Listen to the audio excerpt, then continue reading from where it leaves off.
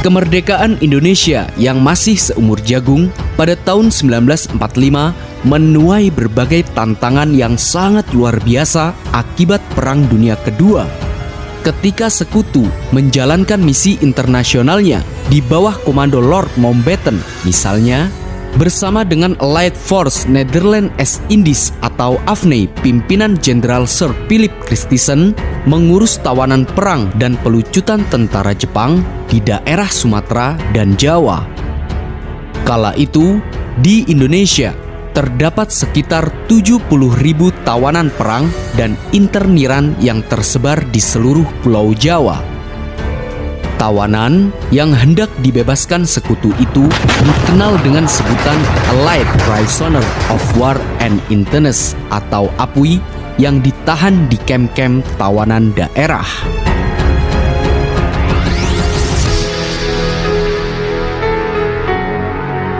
Sebelum kedatangannya ke Jakarta, Jenderal Sir Philip Christison dalam pernyataannya dalam radio Singapura sempat menyatakan bahwa Sekutu hanya akan menjalankan tugas kemiliteran dan tidak mau ikut campur dalam politik dalam negeri Indonesia.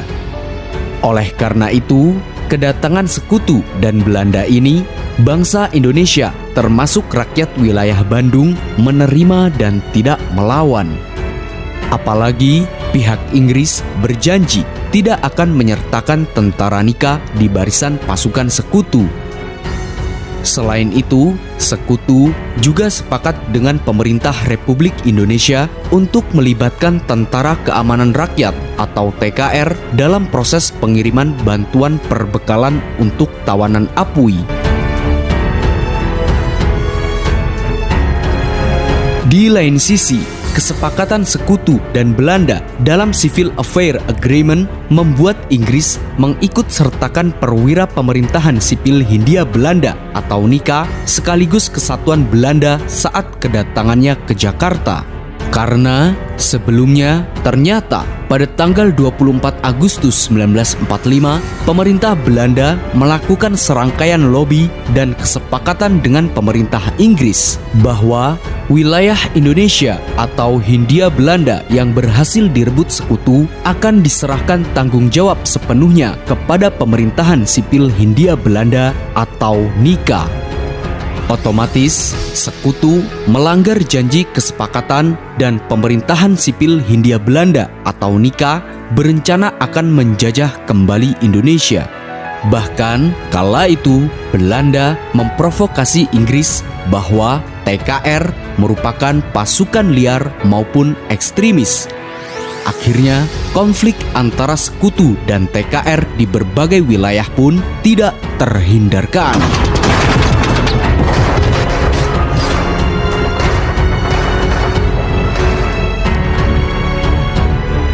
Karena kesepakatan itulah, akhirnya Lord Mountbatten sebagai pemimpin Southeast Asia Command mengeluarkan surat perintah kepada para pasukan untuk segera menguasai wilayah Hindia Belanda, yang mana perintah untuk menguasai Indonesia ini berakibat fatal terhadap Indonesia dengan berbagai pertempuran, terutama pertempuran besar di wilayah Surabaya yang mengorbankan ribuan pejuang maupun Sekutu.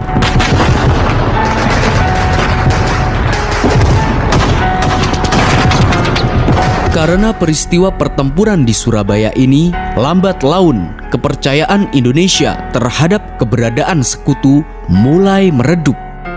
Tidak terkecuali dalam urusan pengiriman perbekalan tawanan perang, terutama di wilayah Jawa Barat.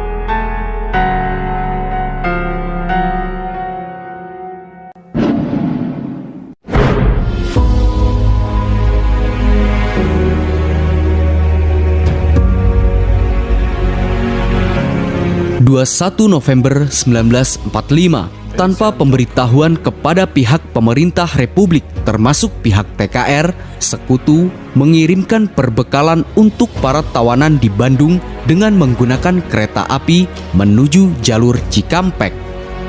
Alhasil, di tengah perjalanan, Sekutu yang terdiri dari belasan pasukan Gurkha diberhentikan dan dihadang oleh Resimen 5 TKR Cikampek di bawah komando Mufreni Mukmin.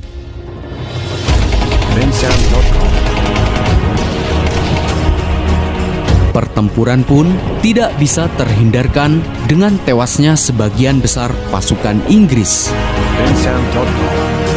Tindakan penghadangan oleh Resimen 5 TKR Cikampek terhadap sekutu tentu sangat beralasan. Kekhawatiran bahwa pengiriman perbekalan APWI ke Bandung rawan berubah menjadi pengiriman bantuan militer.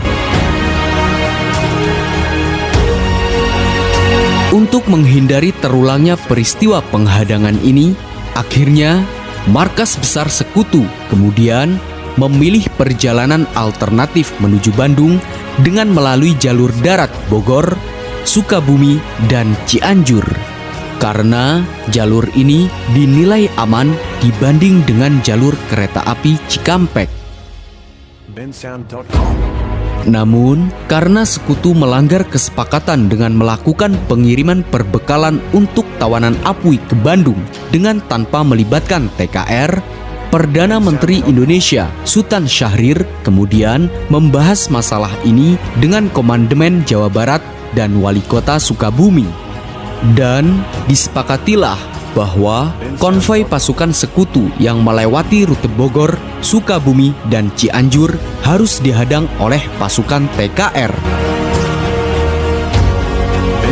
Akibatnya, sering terjadi pertempuran antara Bogor, Sukabumi, Cianjur, dan Bandung, termasuk di wilayah Bojongkokosan yang berupa penghadangan terhadap konvoi sekutu yang dikawal dengan kendaraan lapis baja dan sejumlah tank. Pertempuran pertama antara sekutu dengan para pejuang TKR Sukabumi misalnya terjadi pertempuran sengit di daerah Gekbrong yang menghadang konvoi sekutu dan Nika yang menuju Bandung. Akibat serangan itu, tentara sekutu dan Nika kembali datang ke Sukabumi dengan konvoi besar sebanyak kurang lebih 100 truk. Pertempuran yang berlangsung hingga pukul 17.00 waktu Indonesia Barat sore itu menyebabkan para pejuang Sukabumi tidak dapat menahan serangan sekutu yang lebih unggul dalam hal persenjataan. Untuk menghindari korban yang lebih banyak, TRI dan Laskar Rakyat mundur dan membiarkan tentara sekutu melanjutkan perjalanan ke arah Bogor. Namun, pertempuran terus merembet ke daerah-daerah lain.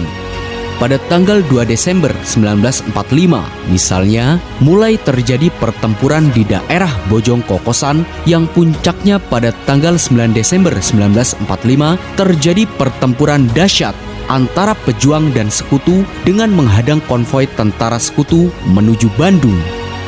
Pertempuran ini dikenal sebagai Perang Konvoi Bojongkokosan yang memakan banyak korban jiwa.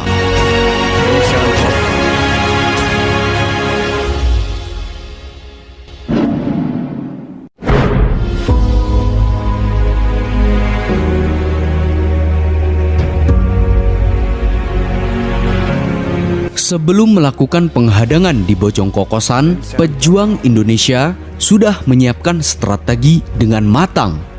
Resimen 3 TKR misalnya melakukan kerjasama dengan laskar-laskar rakyat seperti Hizbullah, Sabilillah, Barisan Benteng, dan Pesindo.